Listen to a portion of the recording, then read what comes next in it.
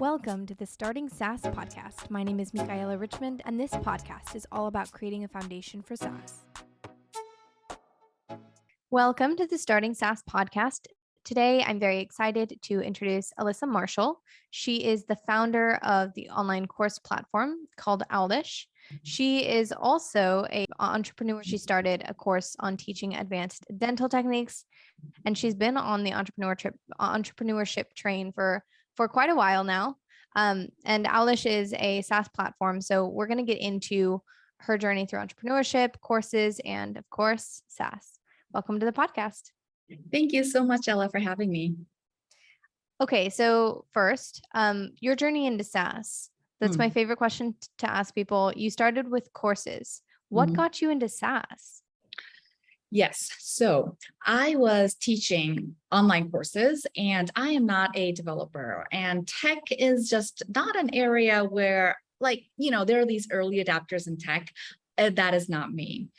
And so we have an online course site on WordPress, and it has 1,000 other plugins, to make it work together and to make the website perform the functions that we want it to perform, which is a lot. But when you make a website like that on WordPress, it's like the backend becomes so messy so fast. And for me, as a non-technical founder, it was just okay, I like to be independent. I like to be able to comfortably do something on my own. And that WordPress backend was just not it. And so as I'm going back and forth with my developer way too many times to make the smallest change, I was just this is not working. And so I looked around a lot in terms of what my other options would be. And there were a lot of other options if my needs were simple. If I just did an online course site, for instance, that I would send, let's say, my learners just to learn my course from, then that need would have been easily met from the existing platforms out there. That was not a problem. But for me, I had a lot of downloadables that I wanted to give out, and I had these personal sessions that I needed my students to be able to book with, not with just me, but with my other contractors, if you will. And it was just, nothing was going to cut it. And so it was just okay, I'm stuck with WordPress, but this has got to change. Because there, the no code movement, you can't be expected to be super good with code to be able to have a site to perform the functions that you want. I mean, this is not that, we're not in the 2000s anymore, early 2000s anymore. And so I was just no, this is not cutting it. So my husband and I got together and we started working on Owlish. And Owlish is basically, okay, you can have your website, all your complicated functions, whatever your platform is, just drop a code from Owlish onto your web page, wherever you want the course to be, and your course will show there, so that you don't have to have a separate subdomain, because I didn't like that either. I don't want to manage two separate websites, it's just a lot to manage, and connecting the subdomain is just all over my head, at least for me. So yeah, that's how Owlish was born. It was really to scratch my own itch. Yeah, wow. Okay, so let's talk through how you validated that idea, the Owlish idea, how you brought it to market, how you built it. How did you go from vision to creation? What were your steps? Okay, so for Owlish, I would say, though, that we did not follow the footsteps that we really should have in terms of validation. Partly because this was not our first business, or it wasn't we had a little bit of extra cash, let's just put it that way, where we could see if it would work. And so we did not go out and do market research, but I did have some conversations with people that had similar situations as myself, that would settle, that I would hear these stories of. And this is not I didn't go searching for these people, but it was because I'm a course creator and I'm in these kind of like entrepreneurial circles, I just get in touch with people, So like I would have these conversations with people that were more or less casual. And then I'd be like, okay, so like, like for instance, I was talking to a guy and he was like, oh yeah, like I want to have a spearfishing course. I was like, oh, that's cool. Like, how are you going to do that? And he's like, well, I just don't know. I think it has to be WordPress, but I'm not a developer. So I don't feel very comfortable, but I can't use those other platforms that make it simple because I want people to be able to book spearfishing excursions and they can't. And I want to keep everything under my website and I can't do that. I don't want a subdomain. I was like, oh, so I've had enough of those conversations to be like, there's something here. And not only that, there are a lot of like web platforms, if you will, let's say Weebly or Webflow, Duda, that don't have an LMS that supports those platforms. And so let's just say, like Weebly is like a very classical non-tech platform, right? So if you're on that platform and you're like, okay, I just want to have a simple online course on my site, it's like, okay, there's no plugin to do that for you. Like, you either have to create your site outside of your main website, which you're probably using Weebly because you're not technically oriented. So you probably don't want to do that and manage two sites, or you'll have to like embed videos and then manually link them together without using an LMS, which I have seriously thought about what that experience would be for myself. Like this is like 10 years ago, right? And that is a real big headache to manage. Like if I wanted to, let's say, change the lessons around or insert a new lesson or whatever, that making sure everything is hyperlinked correctly is more work than you would want to do. And even to be like, okay, where is that lesson, Anyway, so you don't even want to get there. It's just so messy. So you need an LMS or some kind of software or plugin that would do some functions for you so that you could make a course. But yeah, there's so many web platforms that didn't even have that. And so we were like, even though we're not going through this classical validation journey, I've been in the industry enough of online teaching and been with online like creators, entrepreneurs enough and had enough conversations to feel comfortable putting out an MVP. So we started building, I think we launched early this year. So when did we start building? We built slowly for about a year before we launched, but this is not like full-time effort. Like we have we have our dental business and it's still running. And so the dental business is doing well enough to fortunately be able to give us a little bit of extra cash so we could like kind of start playing around with it. That's what we really thought it would be. And people liked it. And so we were like, okay, there's something here. It's time to go full on in. Wow. Okay. So what's the difference between the way that you were talking about courses and the way that, for example, you'd get a course on Square or Skillshare or Udemy? Right. Okay. Yeah. So if you can put your own course on Skillshare or Udemy, but for somebody to, let's say, sign up for that course, like your course is on whatever.udemy.com or udemy.com/something, right? So it's Udemy or Skillshare is more like Etsy. It's not like having your own Shopify site, if you will. So it's like you're having your course on their site. And then to try to get that audience back to, let's say, your, like,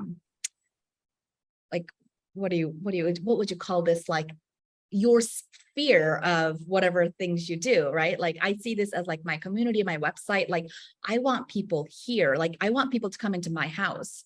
I don't necessarily want to just meet people out at coffee shops, but that's how I see Udemy. Like it's a good to get people, but first of all, you're doing a huge revenue share with them. And yeah, like it's really not in their interest to send those people back to you.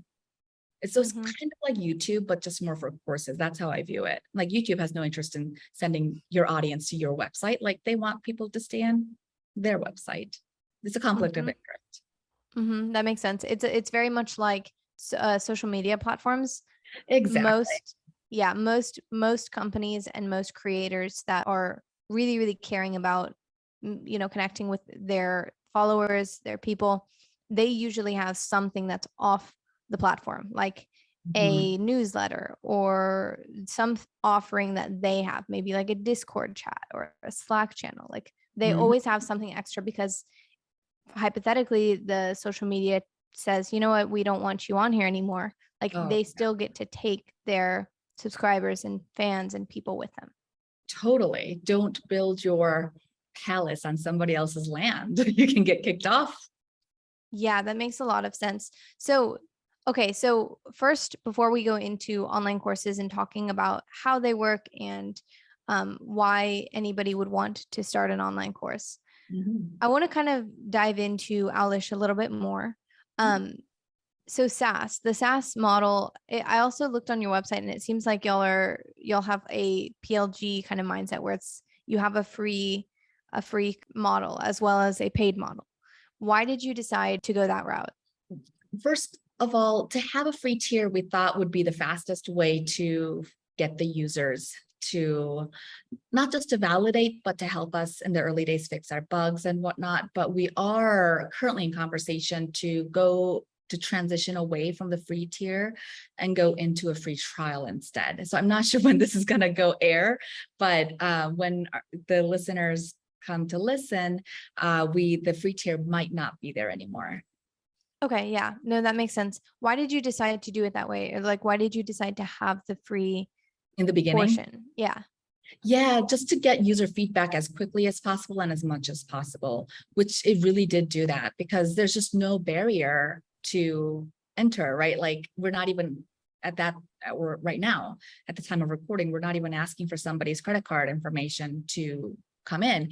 And that was the phase we were at. We just really wanted as many users in as possible to tell us like, okay, I like this is confusing, I don't like this, I need this. All of this information is very, very important and vital to, an early SaaS company that is especially self-funded. Like we don't have that venture money. And I know like having a free tier is oftentimes seen as something that more of a venture-backed company would do as a user acquisition strategy. And in the long term, I do agree with that. Like, I don't think in the long term, having a free tier is very sustainable for a self-funded SaaS just because of the resources that it consumes. But in the beginning, we just wanted that user feedback and we feel like we have gotten enough of it that we're just like, okay, like we get it now. The free tier has done its job for us. And now we're we're getting ready to transition into a free trial instead. Okay, gotcha. And then the other aspect of the business model that's interesting with SaaS is the monthly payments, like the monthly recurring revenue. You also have the dentist practice. So I haven't been practicing dentistry in close to 10 years. But what I do have is a online business that teaches Okay. virtually. So you can just call it the dental business. Okay. I thought whenever you had said dental business, you meant that y'all still had a dental practice of some sort. Oh, no. Okay, gotcha. Well, you did have experience with that type of business model. What's the difference between the business model? And in terms of the dental business, it follows the admission cycle. So it's a very, very, very different in terms of everything. The business model is different. The revenue sources are different. The clientele is different. All the things are different. So it follows the admission cycle basically. And, there are like, if you've ever like applied for a college or something like that. So basically I think this could sound very confusing. So let me just clarify who my audience is at the dental business, and then we'll talk a little bit more about it. In the dental business, I help dentists that are trained from other countries. So they are dentists, but they don't have their licenses in the US. And for them to get their licenses in the US, they have to go back to school for the later 2 years of dental school. And there's a specific program created just for them. And it is so competitive to get into that program. It's not even funny, the competition. Anyway, so for them to get into that program, they have a lot of tests to take. The whole process is very drawn out and complicated.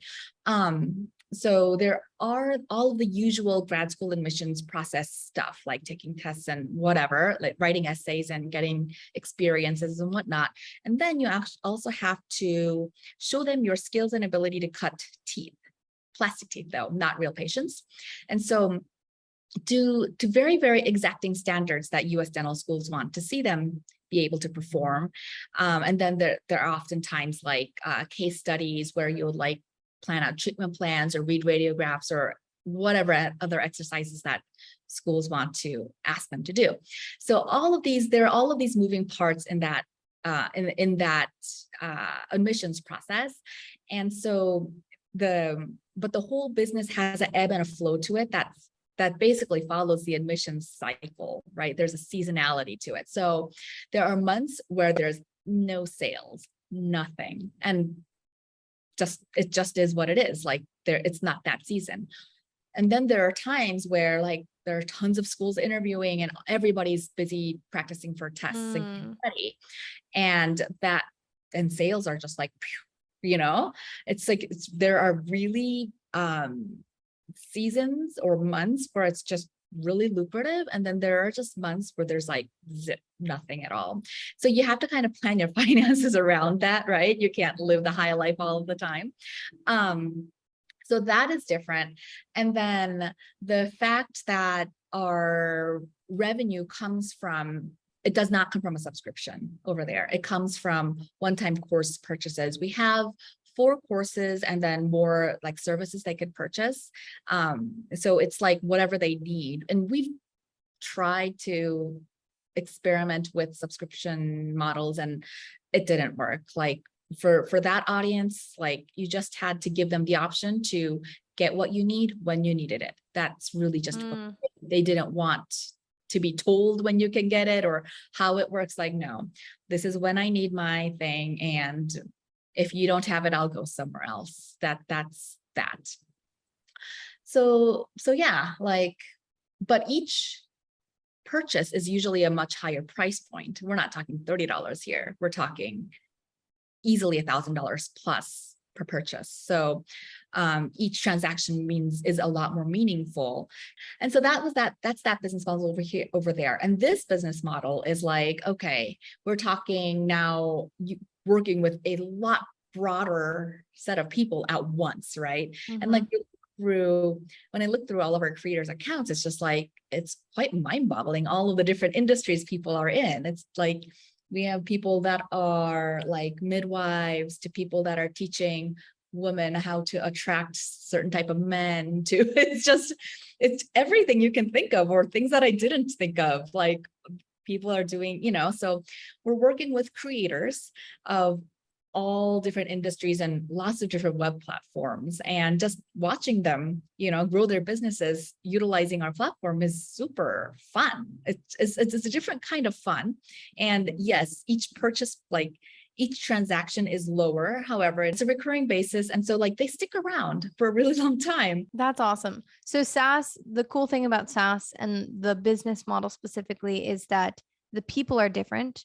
Like the types of people that you're trying to get after, the courses that these people are, wanting to build on your platform, they need it all the time. They need to continue paying for it monthly.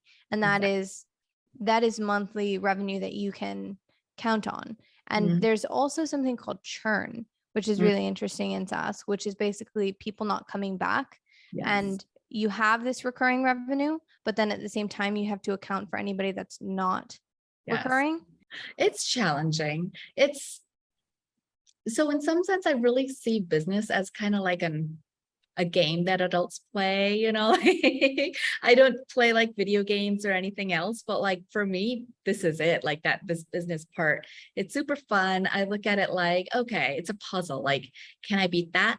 Can I figure that out? Because it's oftentimes small tweaks. We reach out to our users a lot to try to really understand their needs and whatever help they need to like get them to the next level. Because like a business like ours, it's like we have to help the creators succeed in their business, and that automatically translates into ours.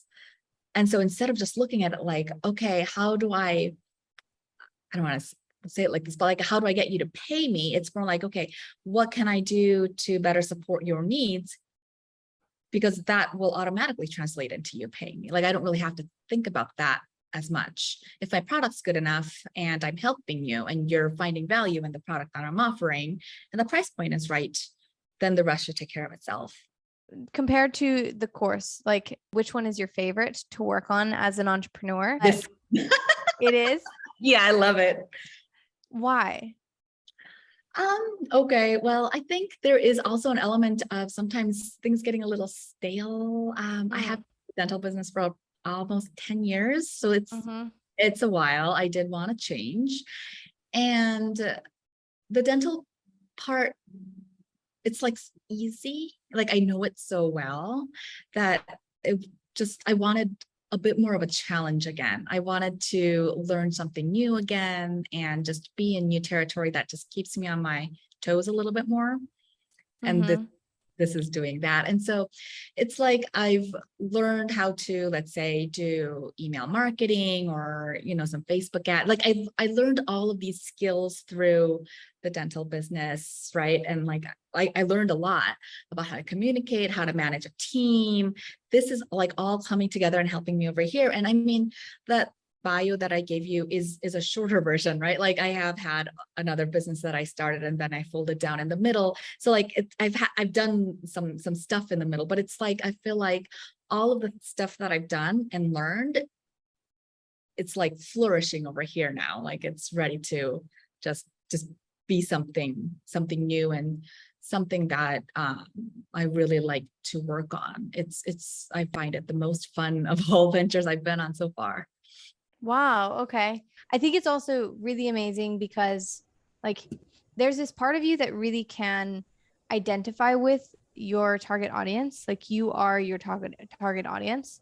So it's personal. Like their pains, you understand them. You can really, really empathize with them and resonate with who your audience is. Yes, designing UX and UI. So I was not the sole person to design that, obviously, because I'm not, an expert at that, but I certainly had a heavy hand in it. And it was super fascinating just watching how making, a platform out of thin air, it almost felt like something that's got sketched down on paper, that from going to that to like a colorful SketchUp, a mock-up, and from that going to actual software, and just how many little things you have to think about. What's also just mind-blowing. All these software that we use on a daily basis, it's ridiculous how we take everything for granted. And when something doesn't work, it's just like, oh, it's not working. But oh my God, the thought that had to go into making everything work together for a software I still can't get over that quite. Yeah. So this podcast is like, it's a beginner's introduction into SaaS. And there are also some people that are not super beginner.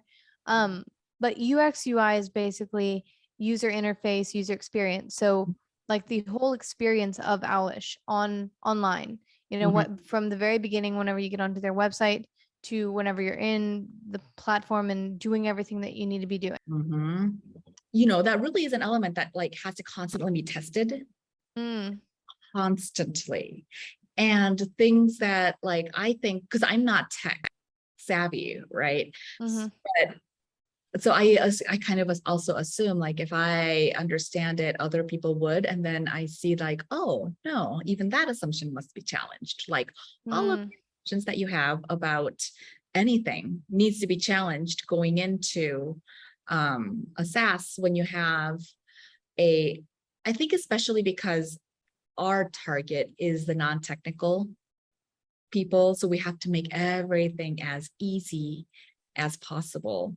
And, what looks like simple work, I've learned from the back end just how many development hours that takes to make it happen. So yeah, I've learned a lot. Yeah. So on the experience side of things, like that's massive, just making sure that not only does every button work, but that the experience is exactly what you want it to be. So, somebody comes on to it's kind of like, if you go into a store and the store owner's like, okay, what do I want the experience to be? And then they stock the shelves in a certain way so that people experience the store in a certain way. And the layout is exactly how it is. How did you decide on all of that? Was it data backed? Was it just like what you wanted? Was it, I don't know. A lot of snooping around snooping, or not just our own competitors, but like just different SaaS platforms.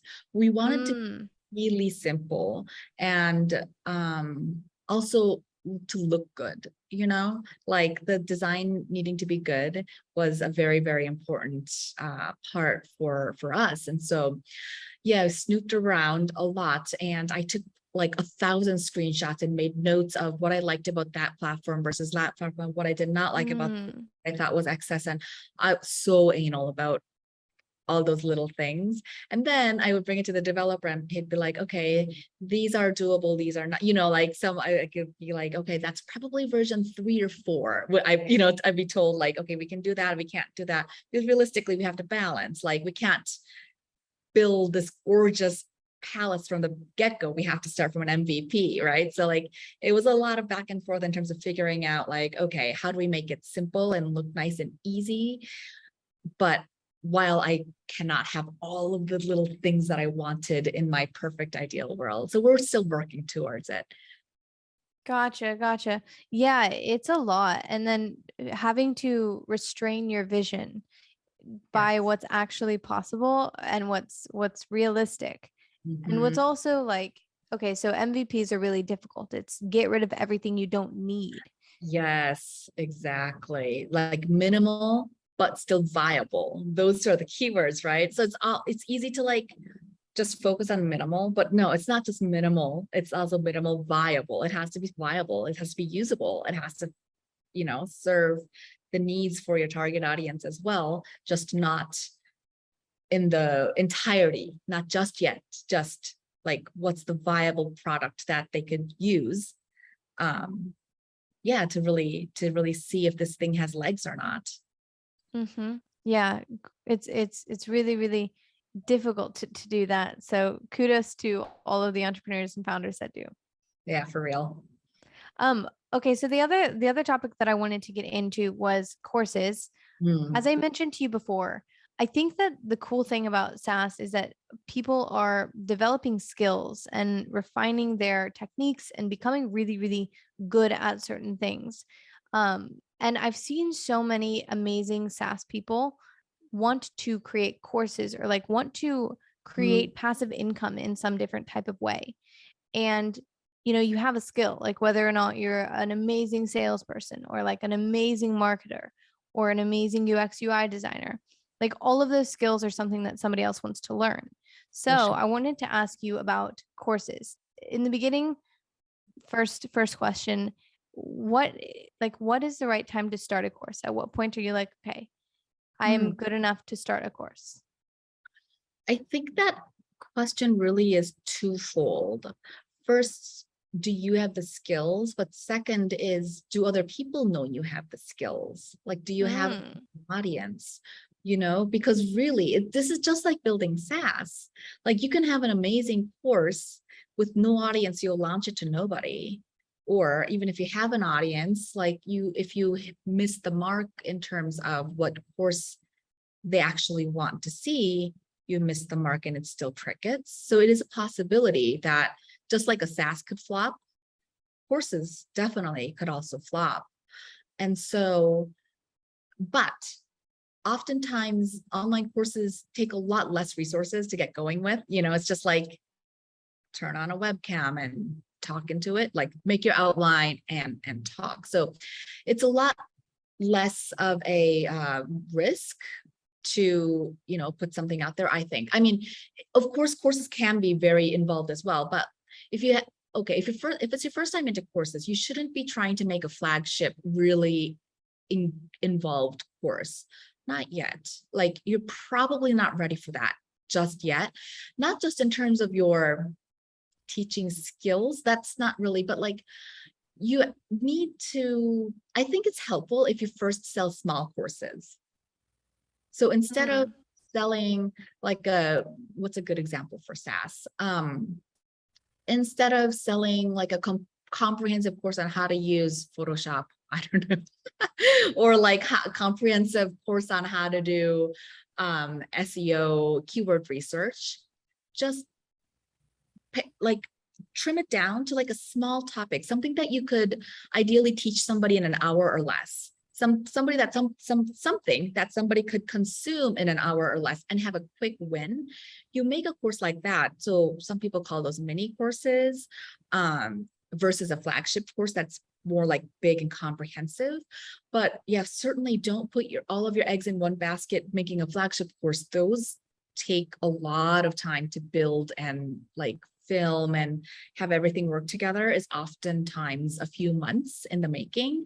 So don't do that. Do something more like something that can be done in a week or two, which is a mini course on yeah, something simple about like, oh, how does know which keywords to utilize for your blog, or, you know, just a small something where they can, and then you can start selling it and be like, okay, then now you have an audience to even ask, like, okay, do you like this? Do you not like this? What helped? What did you find most helpful? What do you think you would like to learn after that? And now you know, like, oh, okay, let's add these things or let's subtract, or now you can refine things. But yeah, don't, just like you would go for an MVP with a SaaS, like you do something similar with a course where you're teaching something small. But the audience building is just like it's hard with SaaS. Like if you're launching to nobody, it's really hard to get the word out. It really is the same thing with online courses. So like at least if you have some kind of Twitter following, or, you know, like if you've been active there and like giving out advice, then if you tweet something out along the same lines, then you have a bit of an audience and be like, oh yeah, that guy gave a lot of good advice on how to do web development. Like, let me check out his course. And, you know, now you have some people that would like come check it out. Whereas if you had no audience anywhere, then maybe that's where you should start. How do you start with that? Because so you explained that, you know, you probably don't want to build a massive course if you don't have an audience yet. No, And no, no. then if you even build a mini course though, you still have to attract an audience. Or even if you haven't gotten there and you're just trying to be known as the Photoshop person, or like the Mhm. UX UI designer of your circle or of LinkedIn, like how do you start attracting an audience for that? Honestly, that part is a bit of a hustle and it does take time. Like, I don't think I really saw anybody that said you can build a big audience overnight. I think you have two routes and you could use a hybrid. One's the organic route and one's the paid. The organic route would be just giving out free advice. And this really, really does work well in terms of like Twitter. Twitter does, you know, you get retweets and whatnot, especially if you give value. And I know of several people that have built their audiences there. They didn't necessarily build an audience for online course purposes, but you build up a following there because you're being helpful to other people. And honestly, nobody's going to help you or care about you unless you're being helpful to them first. So you kind of have to give before you can take. It's kind of like, I see it as like gold coins, like gold star stickers. Like you have to give them away before anybody will think about giving anything to you. You have to put in deposits before you can get withdrawals out. So if you got nothing in terms of audience, then start there. Either just give advice on Twitter or make YouTube videos. YouTube videos is a longer game because there are a lot of people giving advice on YouTube. However, I really noticed that videos, that if you just let the videos sit there and they are helpful, and you don't want to just make any YouTube videos, you do want to do keyword research before making YouTube videos. And that's a whole other topic. But if you get your keywords right and your description right and your thumbnail decently good, then they will attract people. And that's your audience. And now you can put in the description when you do launch a course, you go back to all of your old YouTube videos and say, hey, like the first line of the description, you'll change it to like, come check out my course on, or my masterclass on how to do XYZ that's related to that topic, you know? So you have to kind of think about what's the topic or the niche or the area that I want to be known for. And then do keyword research there in terms of like, which YouTube videos should I create? But nothing is so simple. Like you can't just create something and hope people will come, because they'll never find you. Yeah, exactly. That makes a lot of sense.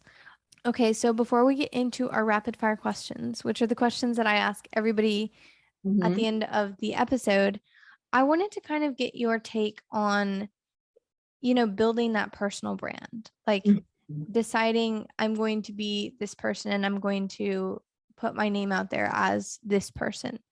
How did you get the confidence to build your personal brand? Because I think a lot of the thing that people struggle with is imposter syndrome. And then also, any tips that you'd give to people who are starting in SaaS? Okay, so imposter syndrome is real, and I've certainly struggled with it too. I'd say building of the personal brand is something that I did do over at my dental business. And we've been in business for close to 10 years. And so even our website went through several iterations. And I think up until the most recent iteration, even though I've helped so many people, get into schools and all that, I was still didn't want myself on the website homepage. So I relate to anybody that feels it. Now like my whole front upper torso is like front and center when you come to my website. So I kind of gotten over that. But in terms of imposter syndrome, I think the most important thing to understand is you're not trying to help the world, or you're not trying to help everybody that has a certain problem or something like that. You're just trying to help that person that is right behind you in your journey to doing a certain thing. So like, let's just say you're trying to teach somebody how to do Photoshop, and you're like, you don't consider yourself a super pro. That's fine, because the super pros forgot what the super beginners didn't remember. They forgot that they're disconnected from that stage, versus you're closer to that stage. So you're actually better suited to teach something to the earlier people. So don't think of it as like, okay, I'm not like the perfect god of whatever skill, CSS, whatever it is. I'm not the god of Laravel. Like I can't teach. No, because the gods of Laravel forgot what it was like to learn it for the very first time. But if you're somewhere in the middle, you're really only reaching for the people right under you to just pull them up, get them up to where you're at. That is your only thing. So don't even worry about being the god, because the god has other people to pull up to their status, right? But like, that's not the same audience as yours. And then what was your second question? My second question was about the advice that you'd give SaaS people, but before I go there, I just want to say that was amazing advice that you gave, because it's not just related to courses, it's also related to like social media presence, right? Like being on LinkedIn. Like you're not going to be giving people advice the same way that a master is going to give advice, but you do have advice to give. Yeah, and that is exactly why the creator economy is being shaped the way it is, right? There are all these people that are becoming known in their just little niches that they're carving out. And the world is so big that people just get attracted to the people that they want to learn from or follow or whatever. So it's like the world is big enough for all the creators, I think, to coexist. And so you don't look around being like, oh my God, like there are 1,000 other people teaching what I want to teach. But no, because there's nobody else that's gonna use the same approach or teaching the same style as you do. So you just cultivate your style, and people that are attracted to that will find you through whatever free advice you're giving, whether it's YouTube or Twitter or blog posts or SEO or whatever it is. It's just not simple. I think a lot of times people make it out to be easy and simple. That is certainly not the case. Like no business building endeavor is simple and easy. that I can say with a lot of confidence. But if you have a little money, and we're not even talking about a lot of money, like to put behind, let's say Facebook ads or something like that to attract to your customers, you can certainly speed it up quite a bit. And we're talking just a few dollars a day even would make a difference. Like, of course, if you could put more like $100 a day, it would make a bigger difference. But if you just had like $10 a day or $5 a day, it'll make a difference in terms of the speed you can build up the audience at, and then learn like, okay, they like this about me. Okay, let me dig deeper into that part. It's a dance. You have to go back and forth. And can I just say one more thing, by the way, about SaaS and online courses? Oftentimes, like I really love what Yoast did with their online course. So Yoast is like a SEO plugin for WordPress. And I guess because they've been around for so long, I guess they realized that they needed an online course to teach the people on how to use it properly or how to get the best SEO going utilizing Yoast. And so they put out an online course and it became its own thing. And now you can just buy the online course or get the online course with Yoast together. And it's like, it really goes to show how online courses is not just good for, let's say, the creator in terms of like becoming an influencer in their own right, but it is also a really good adjunct to a lot of SaaSes. Because for anybody, let's just say, I don't know if you use a podcasting SaaS, but like, let's just say if you did, then that SaaS would want you to stay in the podcasting business for a long time. And so it's in their best interest if they help you grow as a podcaster.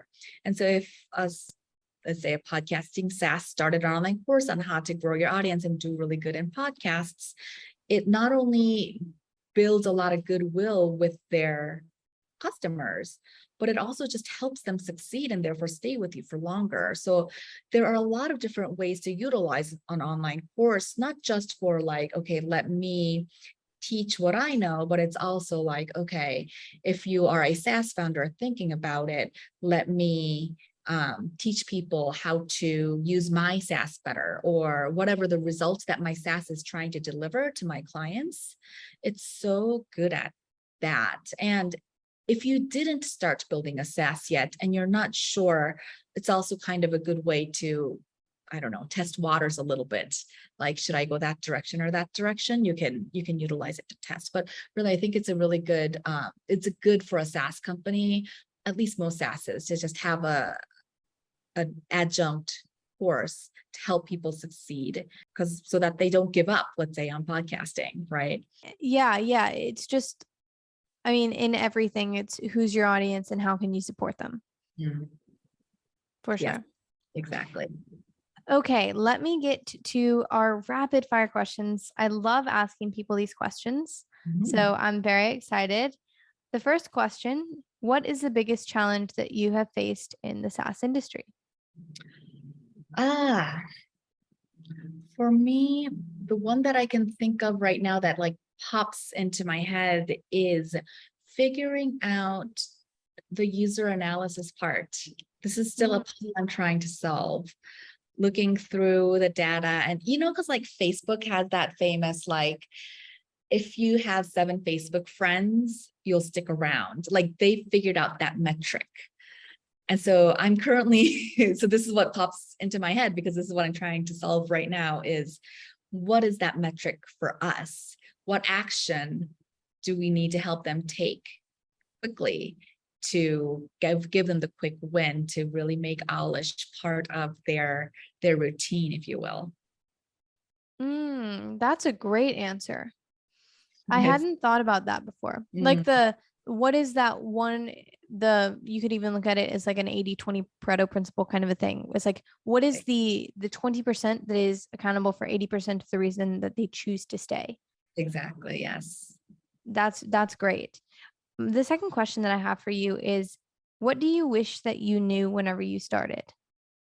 How challenging SaaS, just any software, I kind of talked about it earlier, like all the little thoughtful things that had to go in to make this intuitive interface that I just take for granted, just what that was. I didn't know, like every single button has to be hyperlinked to the correct place, right? There are all these little links and all these colors and this kind of thing. It's a really fun puzzle to solve. I do enjoy it because it's just like, I'm super detail oriented. It's probably my dentist nature, right? Like that's like, I can really zoom into like these little things. And SaaS is surprisingly a good fit for me. Like, if you had asked me 10 years ago if you'd ever be doing software, I'd be like, what the hell are you talking about? Why would I do a software? But here I am loving it. But yeah, I think that's it. All the little details you have to think of throughout the process. Wow. Yeah. No, that was the first thing whenever I first got into SaaS that I was so astonished by how much I didn't recognize went into making something work. Yes. Like Gmail, it's not at all just thrown on there. Every single little piece has been Mhm. thought through, backed with data. They've tried different colors, they've tried different layouts. They've thought about different value adds that they could give you, what are the user preferences? What are the settings? Like every single thing has been combed over through and through and through and through. That's Yeah, crazy. exactly. People agonized over it and lost sleep over the smallest things. Yeah, definitely crazy. My third question is, what is your favorite aspect of the SaaS industry? Same thing, I think. It's like a puzzle. It's like this Ah, super fun game of all of the things. I mean, it's not just the software part, but the user part, like everything has to click together, right? So hmm. there's, like for us, for instance, there is the creators experience using our app, and then there's the learners experience going through that. Those all have to be good, otherwise, because if the creators don't get learners, then forget, that that's not going to work. And then there's the experience of the integration with different web platforms, which is another thing. And then just all the features that the creators need and want, to balancing all of this with the small team that we have and the resources that we have, and just being like, okay, that's more urgent, that can wait, this really needs to happen, and just being the orchestrator, if you will, of all of those things. I find that super fun and fulfilling. That's amazing. I'm so glad. I think that's awesome that you've had this double career, and you've also gone through your life and you've found this area that brings life into you. Like you Mhm. love this puzzle. You love doing this. Yeah. Yeah, I'm fortunate. I never thought I would end up here, but here I am, and I wouldn't have it any other way. That's amazing. Okay, and the last question that I have for you is on resources. What Mhm. resources would you recommend for people starting in SaaS, or to learn more about SaaS, or to learn more about business building, just things that have helped you along the way? Um, so should I assume bootstrapped self-funded SaaSes? Anything. Yeah, And like it could be that, it could be um like specific resources to help somebody understand marketing or sales or a specific role type. It could be just general. I've really been digging. So two things come to mind. Just one is Rob Walling's Everything. His community that he created, bootstrapped founders, SaaS founders, I think is amazing. I'm part of the Slack group. There's a lot of activity there I found helpful. And then another thing that I've been really digging lately is the product-led movement, product-led onboarding, product-led everything. That I feel like was the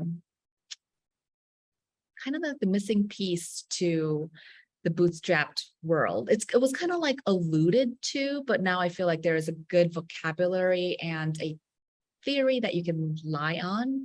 I mean, it's Mm, developing, right? But now it's more concrete in yes. terms of like the best practices for um, self-funded, especially because we are, like we have to be very careful with our resources. And so, yes, anything product led would be a place I'd recommend a lot of people look into. That's perfect. Okay. I absolutely loved having you on. Is there anywhere that people can find you if they want to look for you? Yeah, for sure. And Ella, thank you so much. I really enjoyed our conversation as well.